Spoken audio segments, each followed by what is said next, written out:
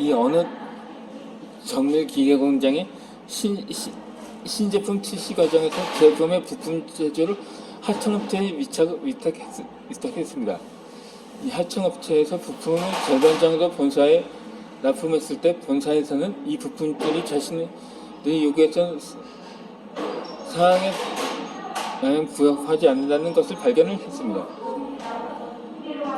상황이 기박한 것을 본사 책임자는 최대한 빨리 다시 생산해줄 것을 요구했지만 하청업체 책임자는 분명히 본사의 규격에 맞춰 제작한 것이니 다시 생산할 수가 없다고 주장을 했습니다.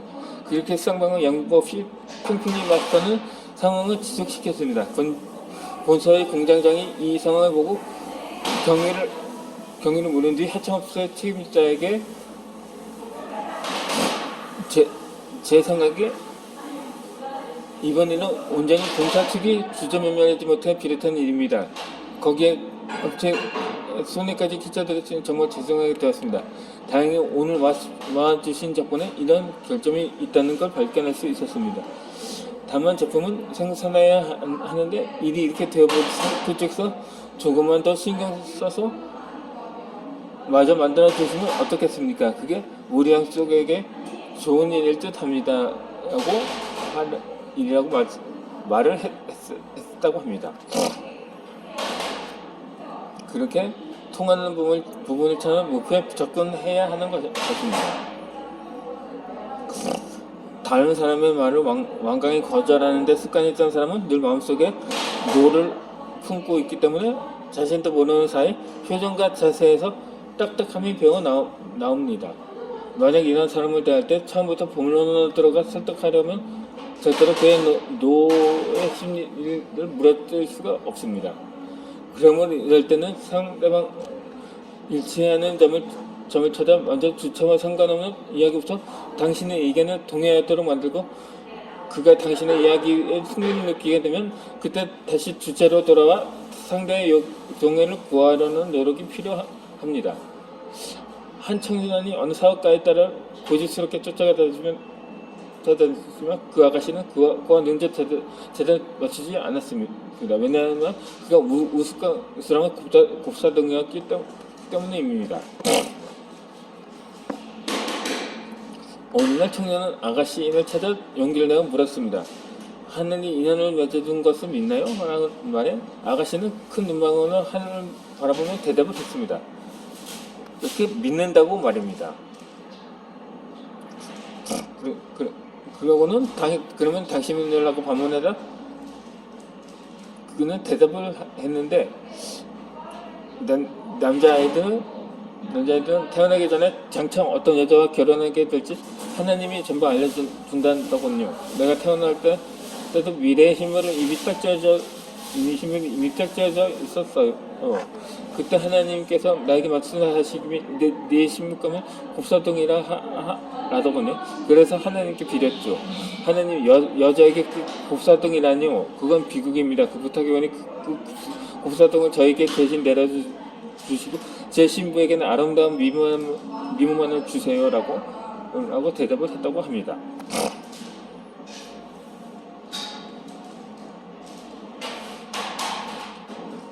아가씨는 청년의 눈을 들여다보고 그의 진심을 읽었습니다. 그 여인은 그에게 손을 내밀었고 얼마 후 그가 세상에서 제일 아끼는 사랑스러운 아내가 되었다는 장설입니다.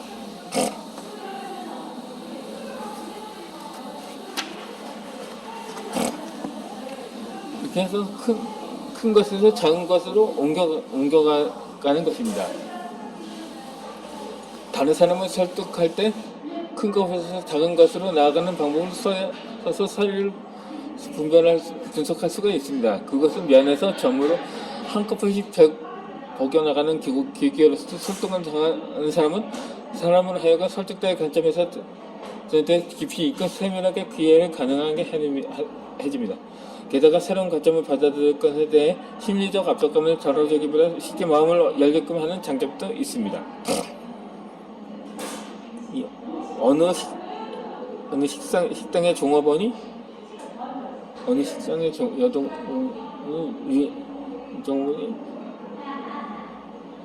손님이 가게에서 잃어버리고 간 휴대전화를 주어서 모레 자기가 가지려다 고참 종업원에게 발각되었습니다. 그러나 휴대전화를 내놓으라는 주인의 요구에도 그 종업원은 당당하게 이 전화는 내가 주는 거고 훔친 것도 아니고 빼앗은 것도 아니라고요. 선배에게 내놓지 않는다고 법적으로 문제될 것도 없다고 대래 당당하게 말했던 것입니다.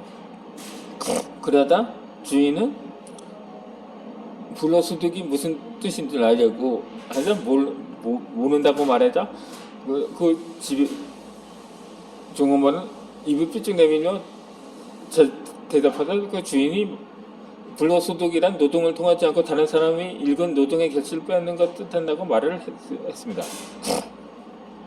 그러다 이 종업원이 언니가 언제부터 그런 유식한 문자를 썼냐면서 계속 추적했지만 주인은 꾹 참고 다시 물었습니다. 대답해봐. 남의 물건을 빼앗는 건 불로소득이겠지라고 하자 종업원도 그렇겠죠 라고 말을 했습니다. 그럼 다른 사람이 물건을 훔치는 건 불로소득일까라고 하도 그것도 당연하다고 말한 말했습니다. 그럼 다른 사람의 물건을 주어 자기가 가지는 건 불로소득이 아니냐고 말했다. 그 종업원은 그게 당연히라면 말을 웃을 거였습니다. 그렇게 종업원의 말문이 막히다 주인은 조용히 그 종업원을 다른 사람의 물건을 주어 자기가 가는 건 불로소득이라는 점에서 훔치거나 빼앗는 것과 다를 게 없어. 국가의 법률이 아니더라도 사회적 구분과 공도덕이라는 게 있고 우리 가게에도 직무 규정이 있다고. 거기가 유심을 주었으면 당연히 돌려줘야지. 그렇게 똑똑히 무척에 행동하면 안 된다며 타일렀습니다. 주인의 훈계에 그 종업원은 비로소 자신의 잘못을 깨닫고 휴대전화를 손님한테 건네주었습니다.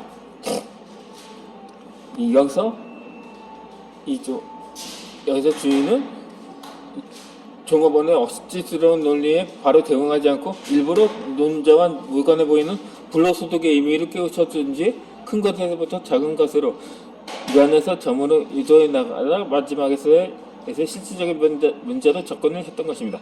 즉 준 물건을 자기가 갖는 행위 역시 도둑질과 마찬가지로 부끄러운 짓이라는 점을 일깨워준 것입니다. 이 일장 연설이 그 종업원에게 교훈이 되어 잘못된 그의 생각을 바로잡도록 만들었던 거죠. 또 작은 것에서 큰 것으로 나아가는 것도 필요합니다. 이처럼 남을 설득할 때와 반대로 작은 것에서부터 큰 것으로 옮겨가는 방법을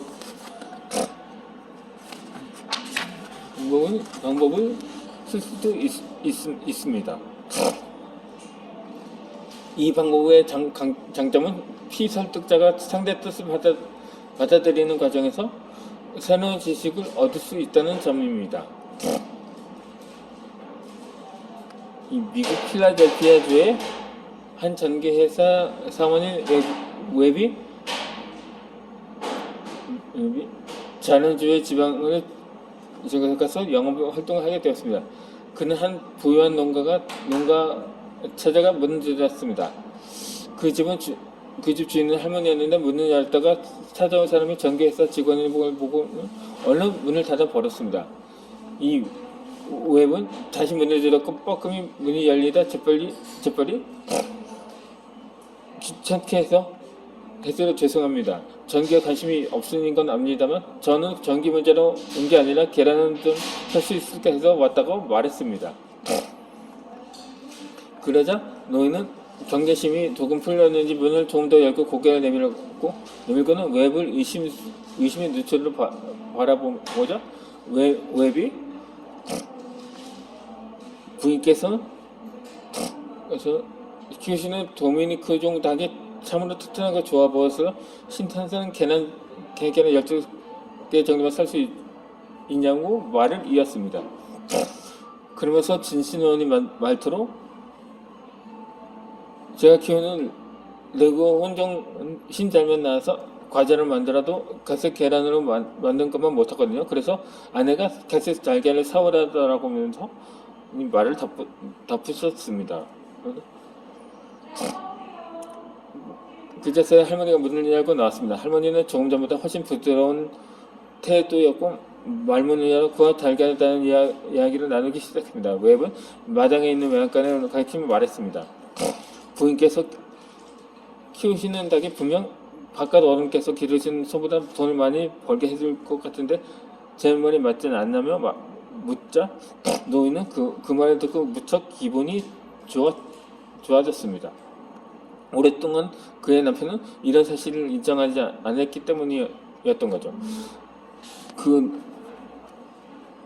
그는 웹이 자신과 통한다는 생각에 들어서 신이 나서 그에게 적당을 보여줬습니다. 웹은 닭장을 들려주는 한편 노인의 양계 하우스를 들으며 계속 칭찬을 하고 맞장구를 쳐주었습니다.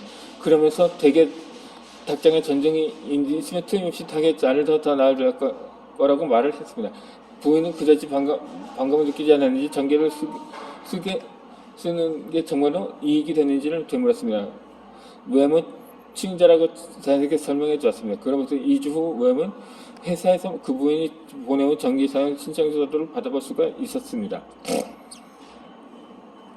웹의 비결은 일을 성사시키기 위해 조급해야 하지 않고 차근차근 사소한 것에서부터 마음을 얻는 데 있었던 것입니다.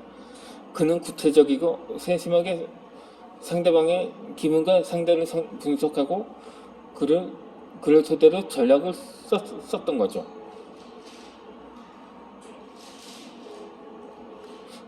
그를 통해 한 단계씩 서로 간의 심리적 거리를 좁혀나가 할머니의 태도의 변화를 불러일으켜서 원하던 바에 접근했고 결국 설득하는 데 성공할 수가 있었던 것입니다.